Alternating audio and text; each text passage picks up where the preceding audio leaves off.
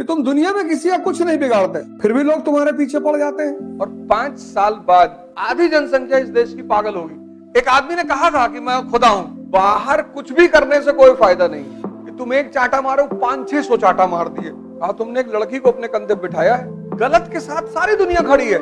ये इस दुनिया का नेचर है।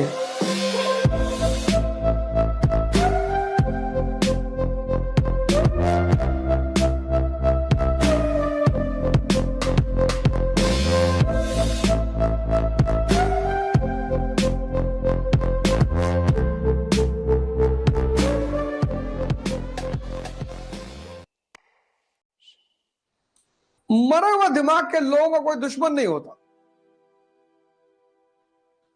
तुम कभी कभी बड़ा गौर करोगे कि तुम दुनिया में किसी का कुछ नहीं बिगाड़ते,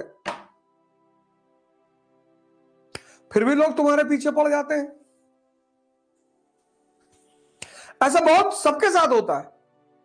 जीसस क्राइस्ट ने किसी का क्या बिगाड़ा? उसको क्रूसीफाई कर दिया। तुम सोच के देखो इस दुनिया का नेचर। तुम बस सोच के देखो इस दुनिया का नेचर। जीसस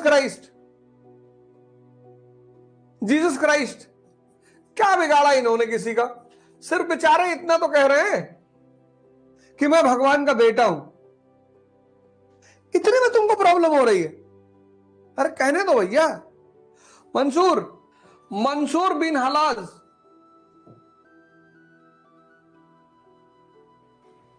ये बेचारा कह रहा था अनहलक। तुम इसको पागल भी तो मान सकते थे। आज पढ़ना मंसूर बिन हलज के बारे में।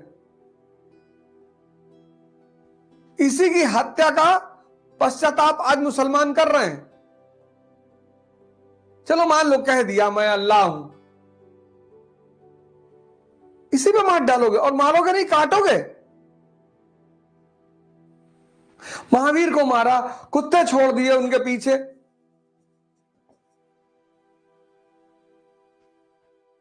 पत्थर मारा। ये दुनिया है ये। और यही दुनिया चंगेज खान की पूजा करती है। यही दुनिया कृष्ण से दूर रहती है। मैं जब हिस्ट्री पढ़ा और मैंने ये चीज देखी, मुझे बड़ा आश्चर्य हुआ। किसी की अम्मा ने दूध नहीं पिलाया कि चंगेज खान के सामने खड़ा हो जाए। ये हिसाब किताब है इस दुनिया का। और शिशुपाल ने गाली दी, उड़ा दिया तुरंत। ये बेचारे संत, महात्मा, औलिया, फकीर, सूफी लोग, ये इस दुनिया का नेचर है। ये ताकतवर को सामने जाके लेट जाती है, अरे साहब। और भारत जैसे देश में, खासकर उत्तर भारत में,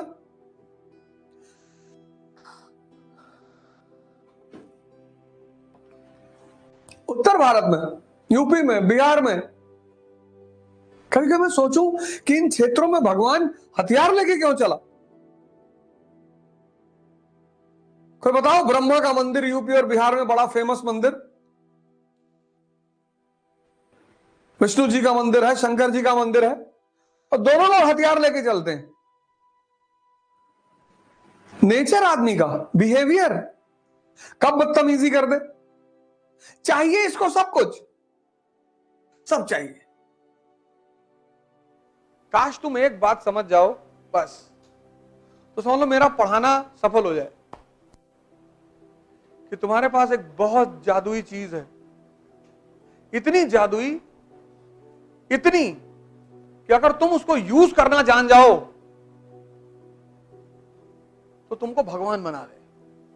इसलिए मैंने खुदा नहीं कहा, क्योंकि मुसलमान मानते हैं कि खुदा है, कोई खुदा बन नहीं सकता। लेकिन हिंदू मानते हैं कि कोई भी भगवान बन सकता है। इसलिए मैंने खुदा शब्द का इस्तेमाल नहीं किया, क्योंकि मुसलमान कहते हैं कि कोई खुदा नहीं बन सकता। सही कहते होंगे। एक आदमी ने कहा था कि मैं खुदा हूं, उसको काट डाले लोग।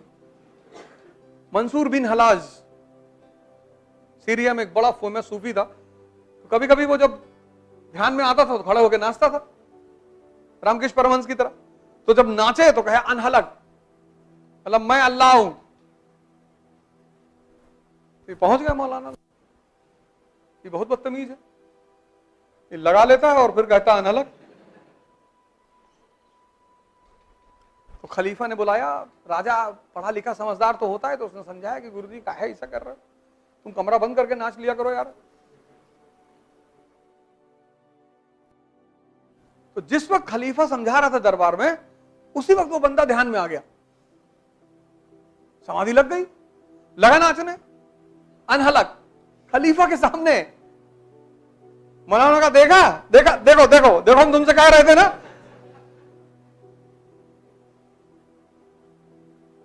अब खलीफा के पास कोई ऑप्शन नहीं था, उसने काट डालो। और उस काटने का दुष्परिणाम यह है कि आज तक मुसलमान परेशान है, आज तक। किताब बहुत अच्छी है, समझाने वाले गायब है। वही एनसीईआरटी तुम भी तो पहले पढ़ते तो, कहां समझ पा रहे हो? और जो एनसीईआरटी नहीं समझ पा रहा है, कुरान समझेगा, गीता? अगर दुनिया में 100 लोग होंगे ना आज की डेट में, तो सिर्फ 2 लोग समझते होंगे कि धर्म का मतलब क्या है, बस। सिर्फ 2 लोग। इसीलिए जब कोई वास्तविक धर्म की बात करता है तो बाकी लोग उससे बहुत नाराज हो जाते हैं। तुम देखो जितने संत हुए, महापुरुष हुए, इनको बहुत लोगों ने मारा। अरे तुम हजरत मोहम्मद को देखो, ताइफ में कोई आदमी तुम्हारे मोहल्ले में आया है, तुम बस सोच के देखो, कोई आदमी तुम्हारे मोहल्ले में आया है और कह रहा भैया शांति से रहो, भाईचारे से रहो, उसको मारोगे? मत सुनो उसकी बात। लेकिन लोगों ने मारा, इस पे ध्यान दो। जीसस क्राइस्ट ने कहा कि मैं भगवान का बेटा हूं।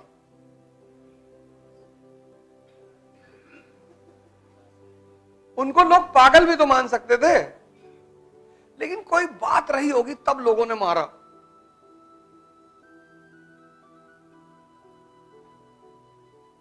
अगर लोग मार रहे हैं, तुम बस इमेजिन करो, तुम्हारे मोहल्ले में कोई आया, उसने कहा भैया मोहल्ले के लोग प्रेम से रहो, आपस में भाईचारा करके रहो, एक दूसरे का ख्याल रखो। अब इस बात पे कौन मारेगा बताओ? क्योंकि तुमने सोचा इस बात को? तब पर भी लोगों ने मारा। भाई कोई तुम्हारे मोहल्ले में आके ये कहे कि दूसरे की संपत्ति लूट लो,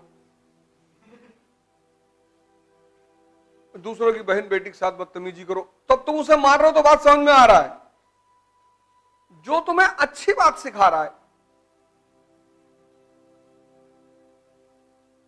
उसकी सिर्फ एक वजह है, जब भी तुम्हें कोई परिवर्तन के सूत्र बताएगा,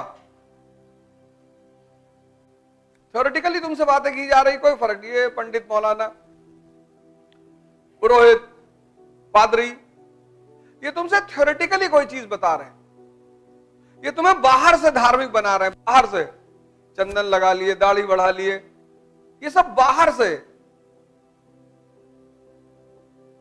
लेकिन कुछ लोग जब आते हैं ना, तो वो तुम्हें अंदर से बदलने की कोशिश करते हैं। भाई बहुत लोगों ने सिद्धार्थ की तरह अपना घर छोड़ा, लेकिन सब बुद्ध थोड़ी बने। क्यों? सब बुद्ध क्यों नहीं बने? अंदर से चेंज नहीं आया। यही बात मैं बार बार तुमसे कहता हूं कि बाहर कुछ भी करने से कोई फायदा नहीं है। एक बार 2 सन्यासी शाम के वक्त आश्रम वापस लौट रहे थे, तो शहर और आश्रम के बीच में एक नदी थी। कहानी को ध्यान से सुनना, कहानियां बहुत इंपॉर्टेंट होती। तो जब दोनों नदी में पहुंचे तो वहां एक स्त्री बैठी हुई थी। नदी की धारा तेज थी, तो उस स्त्री ने उन दोनों सन्यासियों से कहा कि हमको भी नदी पार करा दीजिए। तो उसमें एक बुजुर्ग सन्यासी था, एक जवान था। तो बुजुर्ग सन्यासी ने सोचा तो मदद कर दूं, फिर कहा नहीं, मैं स्त्री को छू लूं तो कहीं मेरा ब्रह्मचर्य ना भंग हो जाए। स्त्री खतरनाक तो है ही है। तो उसने सोचा कहीं मैं स्त्री को छू लूं तो मेरा ब्रह्मचर्य ना भंग हो जाए। तो उसने कहा नहीं नहीं यार, 30 साल से साधना कर रहे हैं, ये बवाल नहीं करना है। पानी में एंटर कर गए।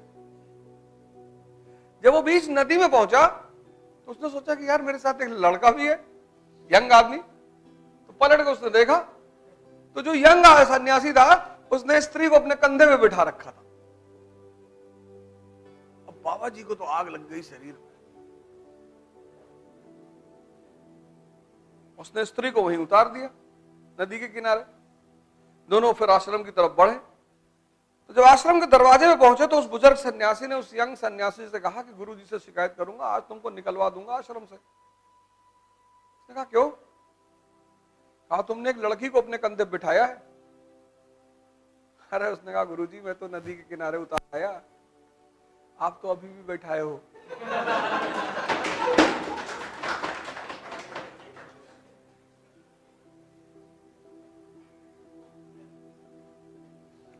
उसने कहा गुरुजी मैं तो उतार आया, अब तो है ही नहीं मेरे मन में। इसलिए बाहर से कुछ छोड़ना उपलब्धि नहीं है, अंदर से। ये आज जो हिंदू हैं ये बाहर से हिंदू हैं ज्यादातर। उनकी औकात है विष पी लें। ये जो बाहर मुसलमान है आज, ये बाहर से मुसलमान है, इनके अपने घर में लोगों को नहीं पूछते खाना खाए कि नहीं। मोहम्मद साहब कहते हैं तुम्हारे घर के 13 घर इस तरफ, 13 घर इस तरफ, 13 घर इस तरफ, 13 घर इस तरफ, कोई भूखा ना सोए। ये मानते हैं इनके खुद के घर में लोग भूखा सो रहे हैं। सब फर्जी है, सब फर्जी है। भगवान शंकर कौन? जो दूसरे का जहर पी ले, जो दूसरे का कष्ट हर ले। जहर थोड़ी बाजार में गए जहर ले आए पी लिए। भाई कोई परेशानी है, आपने उसकी परेशानी में अपनी भूमिका निभा दी, आप उसके लिए भगवान ही हो गए। किसी को आपने मुसीबत से निकाला, आप उसके लिए भगवान नहीं हुए।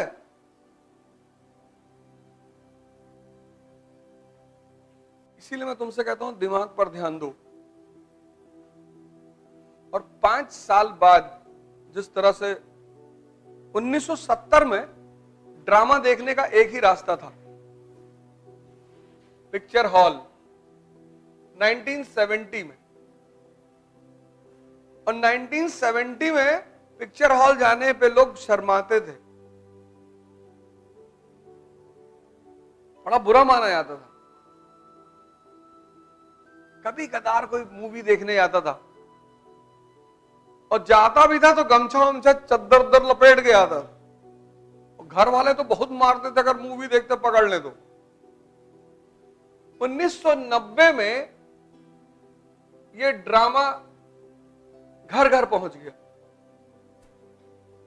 टीवी। 1970 से 90 तक संडे को एक फिल्म आती थी बस दूरदर्शन पे, और ऐसी फिल्म आती थी कोई देखता ही नहीं था। घड़े का चोर, पता नहीं किस जमाने में बनी है, क्या कहानी है, कोई देखता ही नहीं था। 2000 में ये ड्रामा हर जेब में पहुंच गया।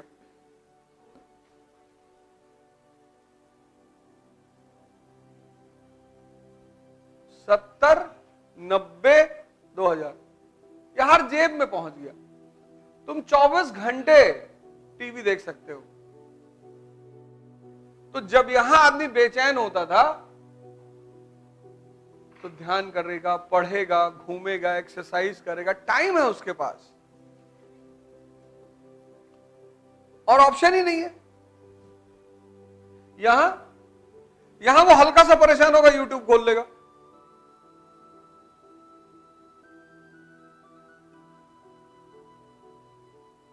आज से ठीक 5 साल बाद तुम देखना, गारंटी आधी जनसंख्या इस देश की पागल होगी,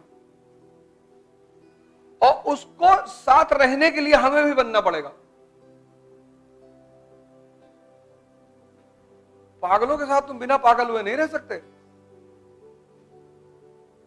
अगर कोई सामने ऐसे से नाच रहा हो, तुम नहीं नाच रहे हो, तो उनको डिस्टरबेंस हो जाती है कि ये पागल है, और फिर वो तुम्हें बहुत मारेंगे। इसीलिए सोचने की क्षमता खत्म होती जा रही है,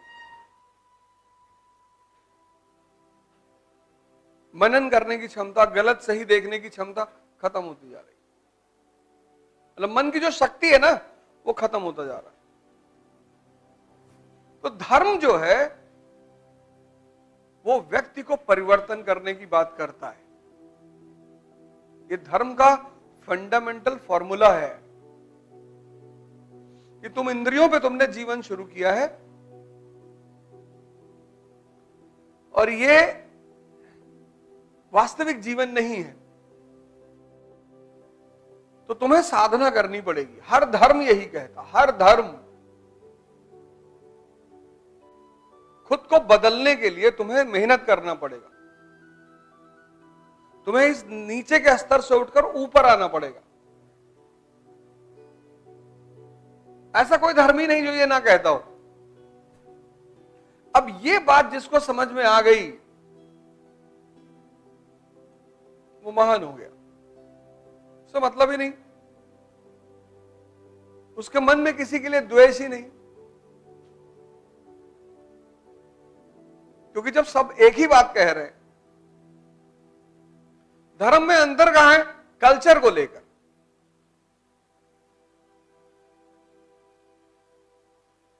धर्म में अंतर कहां है? कल्चर, क्योंकि कल्चर किस पर डिपेंड करता है? और हिंदुस्तान जैसे देश में जहां यूनिटी इन डाइवर्सिटी है, कश्मीर, तमिलनाडु, अलग अलग ज्योग्राफिकल कंडीशन है, ज्योग्राफी, गुजरात, नॉर्थ ईस्ट, अलग अलग ज्योग्राफिकल कंडीशन है। तो जिस देश में डाइवर्सिटी है वहां तो धर्मनिरपेक्ष होना ही पड़ेगा। और खतरा किससे होता है? समझदारों से। जाहिलों से क्या खतरा? मूर्खों से क्या खतरा? राजा राम मोहन रॉय ने सती प्रथा खत्म की, उनकी मां उनके खिलाफ प्रोटेस्ट में आ गई। उनकी अपनी मां, 500 लोग सड़क पे चल रहे हैं, उनकी मां भी चल रही कि मेरा बेटा पागल है। सोचो उस आदमी को ने कितना खतरा मोल लिया होगा। गलत के साथ सारी दुनिया खड़ी है, यही तो गलत की कॉन्फिडेंस है। गलत का कॉन्फिडेंस क्या है? उसके साथ सारी दुनिया खड़ी है। सही का दिक्कत यह है कि उसको लोग मारना चाहते हैं। भगवान कृष्ण भाग गए गुजरात, बोला वे कितना लड़े यार, बचपन से लड़ी रहे, कितना चले गए। इसीलिए योगी जी बहुत सूटेबल आदमी है। मैं बार बार इस बात को कहता हूं कि वही व्यक्तित्व चला सकता है कि तुम एक चांटा मारो, 500-600 चांटा मार दिए, तब तुमको लगा हाँ हाँ बढ़िया राजा है भैया ये।